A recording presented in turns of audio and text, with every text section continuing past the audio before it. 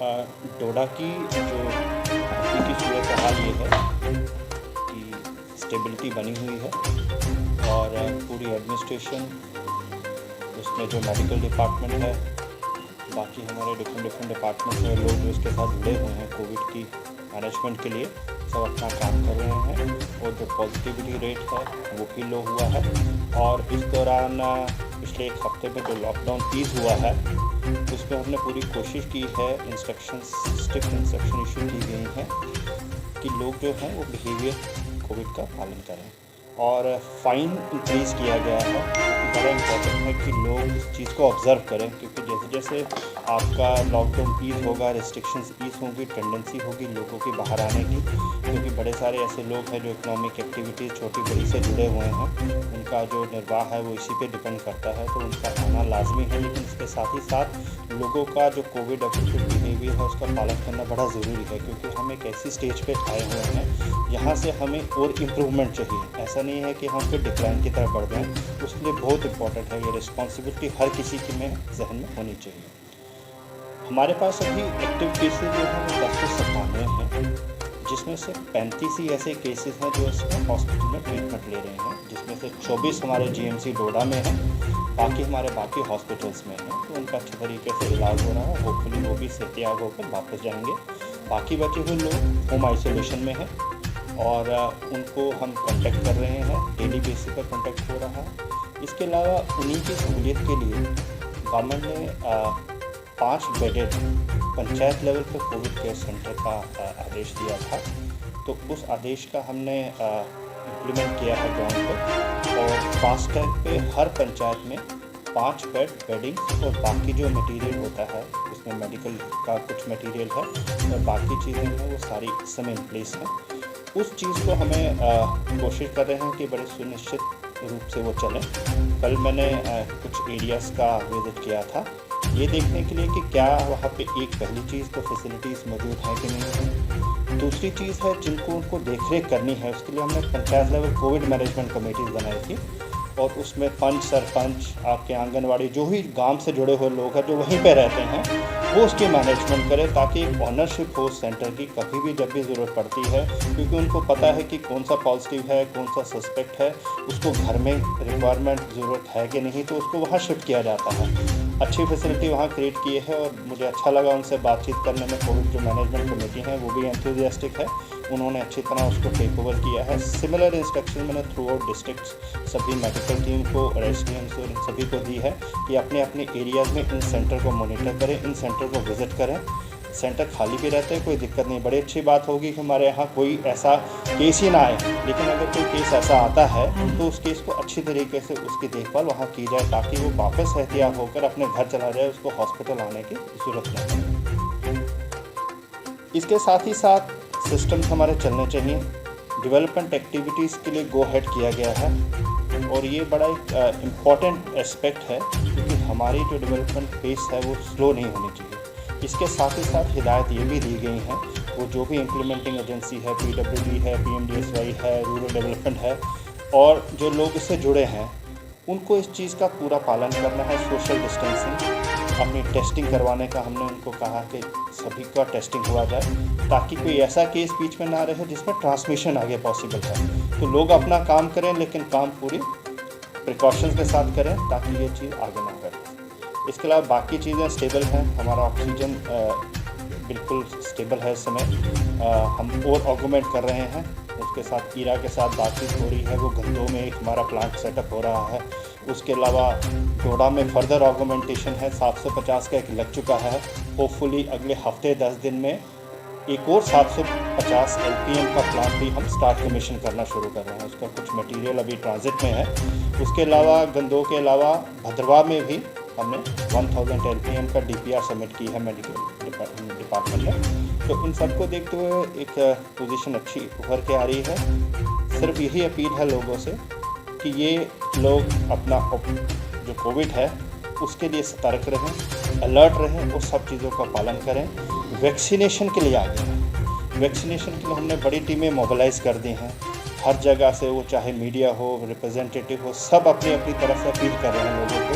बस लोगों को ये करना है कि वो आके हमें बताएं, अगर किसी दूर दराज एरिया में भी है तो वहाँ से जहाँ से लोग जाना आना चाहते हैं वहाँ आ सकते हैं। हम वहाँ स्पेशल कैंप भी लगा रहे हैं और उसके लिए इंस्ट्रक्शन भी इशू की है। जहाँ जहाँ एरिया में अभी तक नहीं पहुँच पाए हैं वहाँ अगले हफ्ते में सभी टीमें पहुँच जाएंगी। हमारी कोशिश है जून के एंडिंग तक हमारी ये सेचुरेशन आ जाए जो 45 से ऊपर है। बाकी 18 और 45 के ऊपर का भी काम जो प्रायोरिटी ग्रुप्स हैं उसके लिए लिस्टें स्टार्ट हो गई हैं बननी, ताकि जैसे हमारे अगले फेज़ में डोडा का नंबर आएगा तो हम उसको भी बड़े एंथुसियास्टिकली स्टार्ट करें।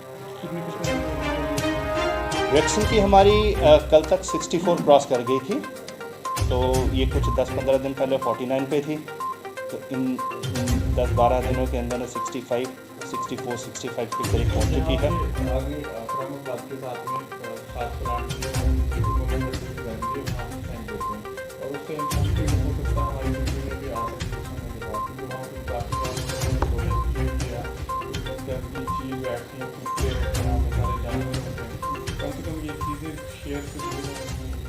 वो मैं उनसे रिव्यू एक कर लूँगा, उनको पास ऑन कर दूँगा इंस्ट्रक्शन। आपकी बात ठीक है, ये चीज़ें सारी यहाँ पे सिटी से दूर हों या यहाँ भी अवेलेबिलिटी है, वहाँ कंट्रोल्ड वे में जो प्रोटोकॉल है उसके हिसाब से डिस्पोजल किया। सर, जो भी मार्केट खुलती है उसके बाद हम देखते हैं हालात कैसे होती हैं, कोई पालन नहीं होता, कुछ नहीं होता है, किस तरह की डायरेक्शन किया जाता है? मार्केट खुलने से एक टेंडेंसी प्रोपेंसिटी लोगों की हो जाती है। कुछ ऐसे लोग हैं जो ऑब्जर्व नहीं करते हैं। बड़े सारे लोग मैंने देखे हैं अच्छे तरीके से मास्क पहन रहे हैं, अपना पालन करते हैं, उनको इस चीज़ की सेंस ऑफ रिस्पॉन्सिबिलिटी है। लेकिन बाकी लोग कई ऐसे हैं जो इस चीज़ को बिल्कुल ही तहस-नहस कर देते हैं। उसके लिए टीमें बनाई गई हैं एनफोर्समेंट की। मैंने देखा है पिछले 3-4 दिन के अंदर अंदर हमारा फ़ाइन काफ़ी इंक्रीज़ हुआ है। मैं रोज़ इवनिंग में रिव्यू करता हूँ पुलिस के साथ भी और हमारे मजिस्ट्रेट के साथ भी। काफ़ी फ़ाइन इम्पोज हुआ है, लेकिन और इंस्ट्रक्शंस हैं उनको कि इम्पोज फ़ाइन और कीजिए। फ़ाइन इम्पोज करने का ये मतलब नहीं है किसी को तंग करना। फ़ाइन इम्पोज करने का ये मतलब है ताकि एक मैसेज पास ऑन हो उन लोगों के लिए जो लोग इसको जानबूझ के या अपनी सेंस ऑफ रिस्पॉन्सिबिलिटी को नहीं समझ के ये कर रहे हैं, क्योंकि पूरे का पूरा एरिया को उस चीज़ में आ जाता है, उस प्रिकॉशन ना लेते हुए वो डेंजर की स्थिति में आ जाता है। तो जो 237 पंचायतें हैं, क्या उनके अंदर जो आइसोलेशन बनाना है, क्या वहाँ पे लोग भी हैं कुछ जो वहाँ पर आइसोलेट हुए हैं, किस तरह का इंतजाम वहाँ पर रखा गया है? जो आइसोलेशन सेंटर है बेसिकली ट्रीटमेंट सेंटर नहीं है वो, उसमें कोई ऐसी मेडिकल का कोई इक्विपमेंट या ऐसी चीज़ें नहीं है। वो सिर्फ एक घर का माहौल देने के लिए उन लोगों के लिए। गांव में नॉर्मली क्या होता है कि बड़ी मुश्किल से एक कमरा बड़ों के पास होगा, ज़्यादा से ज़्यादा 2 कमरे होंगे, किसी के पास टॉयलेट एक होगा, मुझे लगता नहीं एक से ज़्यादा भी टॉयलेट होते हैं। तो जब किसी को आइसोलेट करना होता है उसका पहली चीज़ तो ये है कि अपनी इमीडिएट फैमिली से वो आइसोलेट हो जाए ताकि उसकी ट्रांसमिशन फैमिली के अंदर ना फैले। दूसरी ये चीज़ है सोसाइटी के अंदर ना फैले।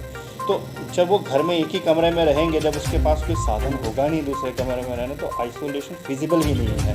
तो उस चीज़ को देखते हुए पंचायत लेवल पे हमने ये 5 बेडेड सेंटर खोले थे और 5 ये पाया गया था सफिशेंट है पंचायत लेवल। जिस हिसाब की हमारी पॉजिटिविटी रेट है आज, अगर 1097 केसेस हैं हमारे, तो आप एवरेज मिला के देखिए 4-5 केस है पंचायत से आए हुए हैं, वो होम आइसोलेशन में है।